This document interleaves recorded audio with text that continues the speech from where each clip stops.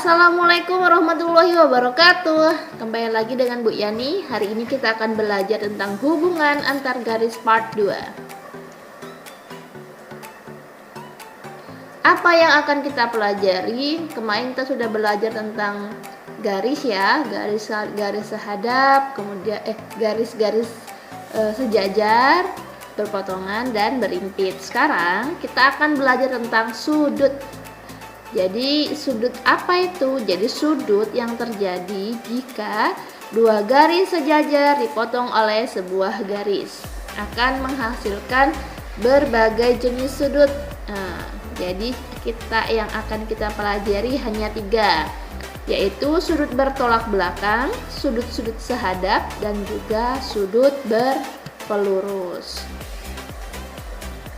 Adapun buku matematika yang kita gunakan adalah buku matematika kelas 4 yang ditulis oleh Gunanto dan Desi Andalia. Sudut-sudut sehadap. Apa itu sudut-sudut sehadap? Adalah sudut yang menghadap pada arah yang sama. Contoh, sudut 1 dan sudut 5. Kenapa dia sehadap? Kita lihat dia menghadap ke arah yang sama. Kemudian ciri khususnya lagi adalah perhatikan 1 itu berada di atas garis dan di sebelah kiri. Begitupun 5 itu berada di atas garis juga di sebelah kiri. Maka sudut 1 dan sudut 5 dikatakan sehadap. Apa maksudnya sudut sehadap? Jadi sudut itu memiliki besaran ya, dinamakan dengan derajat.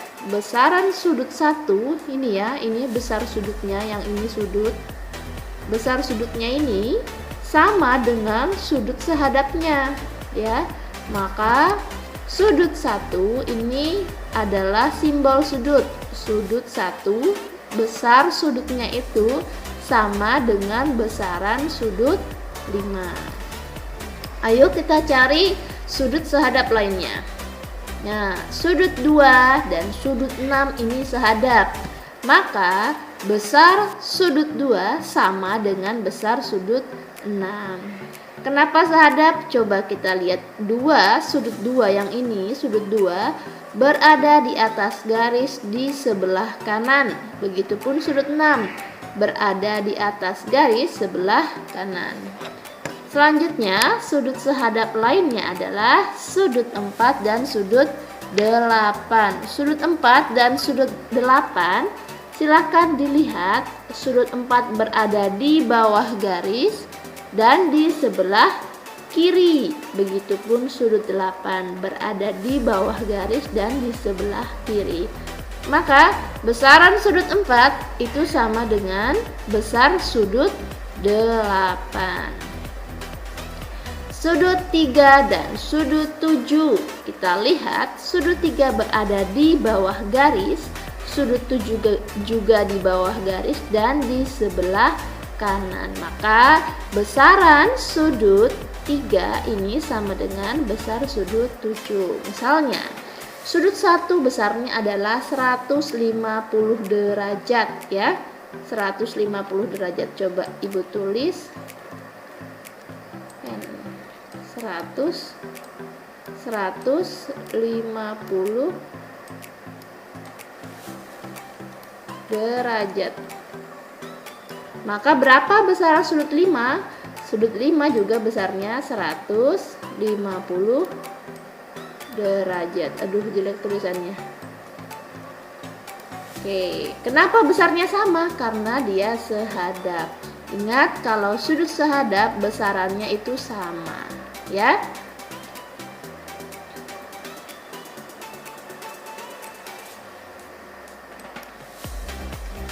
Lanjut.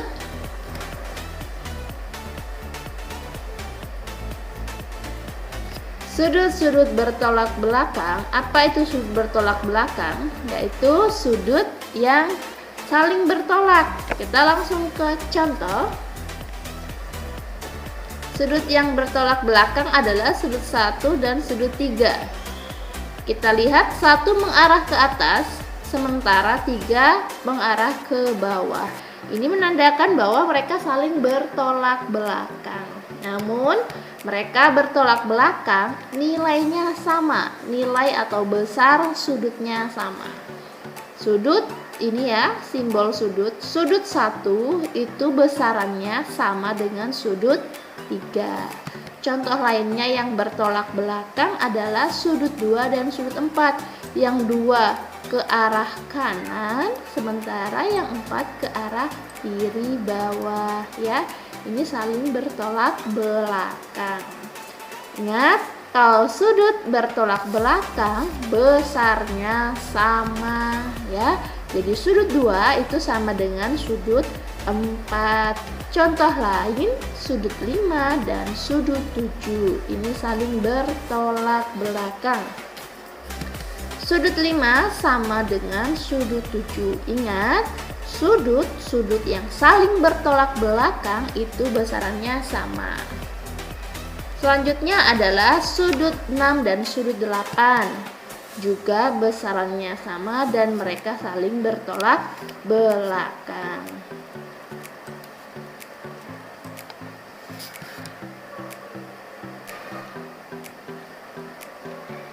Selanjutnya adalah sudut berpelurus. Ya, sudut berpelurus agak berbeda dengan sudut sehadap dan sudut bertolak belakang. Kenapa? Karena sudut berpelurus ini tidak sama, tidak saling sama, tapi ada rumus tersendiri. Contoh, jadi sudut berpelurus adalah sudut yang berada pada garis lurus. Kita lihat ini adalah garis lurus. Maka besaran sudut yang separuh ini, separuh lingkaran ya, bisa dibilang separuh lingkaran ini, besarannya adalah 180 derajat. Maka ketika kita jumlahkan, ada dua sudut ya, ada sudut 1 dan sudut 2. Ketika kita jumlahkan ini, hasilnya adalah 180 derajat. Kenapa bisa? Ingat kembali bahwa sudut berpelurus ini, yang ini berada di garis lurus, besarannya adalah 180 derajat ya. Jadi kita lihat ini sudut 1 ketika kita jumlahkan dengan sudut 2 menjadi garis lurus seperti ini, berada di garis lurus, maka sama dengan 180 derajat. Kita cari sudut berpelurus lainnya, 3 dan 4. Sudut 3 dan sudut 4 ketika kita jumlahkan hasilnya adalah 180 derajat. Sudut 5 dan sudut 6 pun demikian. Ini adalah sudut berpelurus karena berada di garis lurus.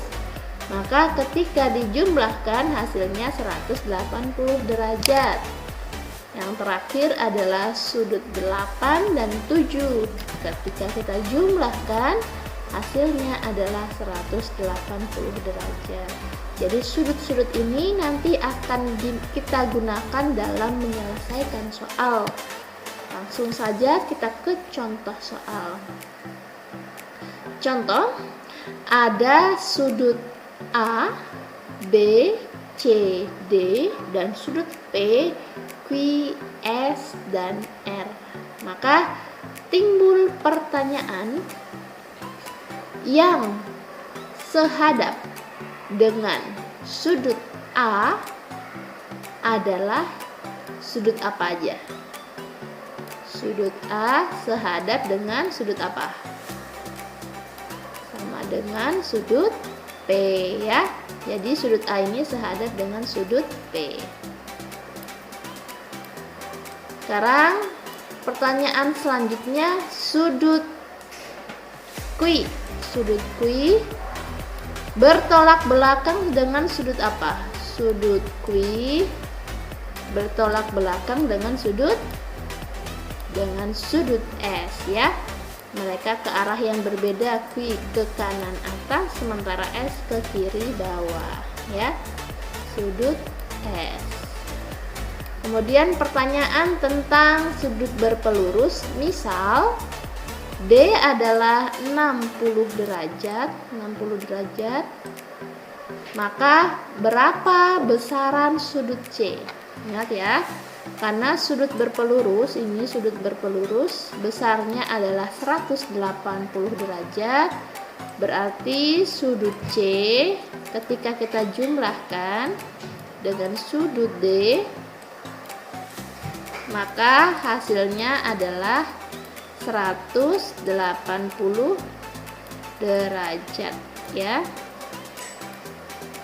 Ketika sudut D-nya 60 derajat, sudut C ditambah sudut D-nya 60 derajat, 60 derajat, maka berapa sudut C-nya?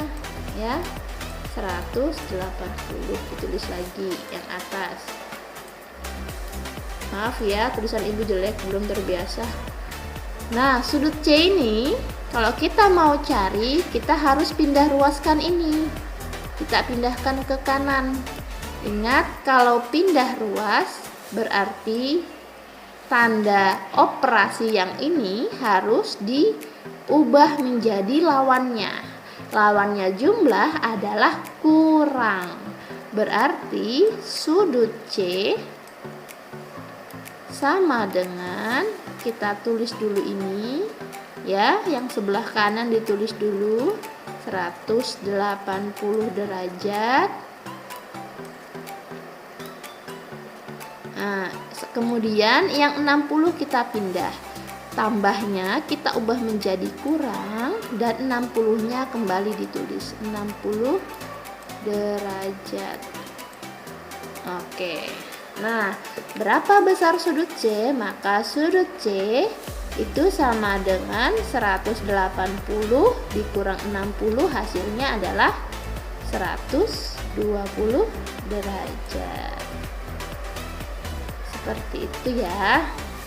Nah, ini dia. Selanjutnya, ibu punya sudut lagi, ada sudut A1, A2, A3, dan A4. Kemudian bagian bawah B, B5, B6, B7, dan B8. Maka tugasnya adalah bagaimana kalian menentukan besaran sehadap dari sudut A1 sehadap dengan siapa. Kemudian besaran sudut B6 ini bertolak belakang dengan siapa, dengan sudut apa, dan besaran sudut 2 ini berapa. Besaran sudut 2, kalau misalnya 4-nya, sudut 4A nya ini adalah 110 derajat. 110 derajat, maka berapakah besar sudut A ya? Yang pertama soalnya adalah